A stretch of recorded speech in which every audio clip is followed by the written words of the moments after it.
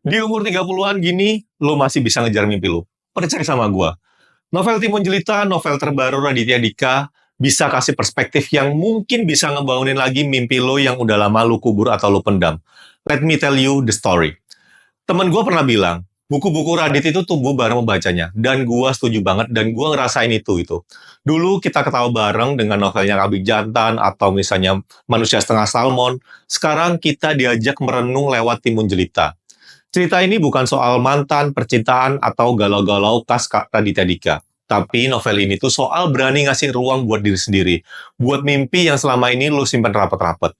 Tokoh utamanya di novel ini adalah namanya Timun, umurnya 40-an, kerjanya itu akuntan freelance, tapi dia diam-diam dia itu masih nyimpen satu mimpi kecil, yaitu punya band dan tampil di depan 100 orang. Masalahnya, banyak orang yang bilang ke Timun ini bahwa udah umur segitu masih mikir ngeband. Lah, masalahnya gini, ironisnya, pas kita muda dulu sering juga dibilang jangan mimpi tinggi-tinggi, ngeband itu bukanlah mimpi yang realistis.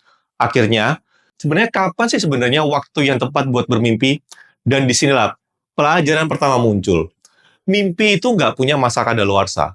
Selama lo cukup berani buat bertahan, mimpi itu tetap sah.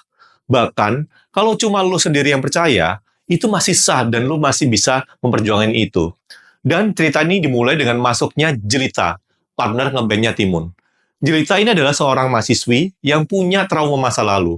Dulu dia punya band juga gitu. Tapi akhirnya dia ditinggalin sama teman-temannya karena teman-temannya milih nurutin permintaan label. Sejak saat itu, dia nggak percaya lagi sama yang namanya kerja tim. Sampai akhirnya dia ketemu Timun. Mereka bikin band bareng, Timun jadi penulis lagu dan gitarisnya, dan Jelita jadi vokalisnya. Dan di sini mereka ditemani oleh Robert, mahasiswa bisnis yang nekat jadi manajer bandnya mereka, yang dimana bandnya juga belum terkenal juga anyway gitu. Mereka bertiga punya satu kesamaan, sama-sama dianggap remeh, tapi mereka juga punya kekuatan. Mau terus jalan meski jalannya berbatu dan terkadang buntu gitu. Contohnya Spotify sepi. Show pertama mereka kacau karena venue-nya kebanjiran. Dan kemudian pasar musik gak percaya sama konsep band yang lintas generasi. Karena Timun itu umurnya 40, sedangkan Jelita umurnya masih 20-an. Sampai suatu saat, Jelita ditawari sama label, tapi dengan satu syarat. Dia harus ninggalin Timun. Dan di sini muncul pelajaran kedua. Diperlakukan buruk bukan alasan buat nyakitin orang lain. Jelita bisa aja balas dendam dengan ninggalin Timun. Tapi dia nggak lakuin itu. Karena akhirnya dia nemu orang yang ngerti lukanya dia. Dan yang so sweet di sini adalah Timun. Dia nggak nahan Jelita. Dia bilang ke Jelita, kalau lo harus pergi, pergi aja. Buat dia, support itu bukan selalu berarti menahan, tapi juga ngelepasin. Kalau misalnya itu yang terbaik buat orang lain, atau buat orang yang kita sayangi. Dan terakhir, yaitu pelajaran ketiga, bahwa semua orang itu bisa berubah. Bahkan orang yang pernah ngejahatin lo. Bisa aja berubah kalau dikasih kesempatan. Ending ceritanya mungkin bisa lo tebak.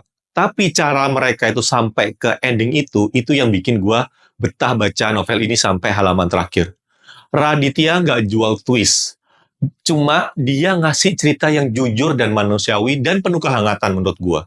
Timun Jelita itu bukan cuma soal musik ya novel ini tuh. Tapi novel ini tuh cerita soal harapan, soal luka yang bisa sembuh, soal keberanian buat mulai sesuatu lagi.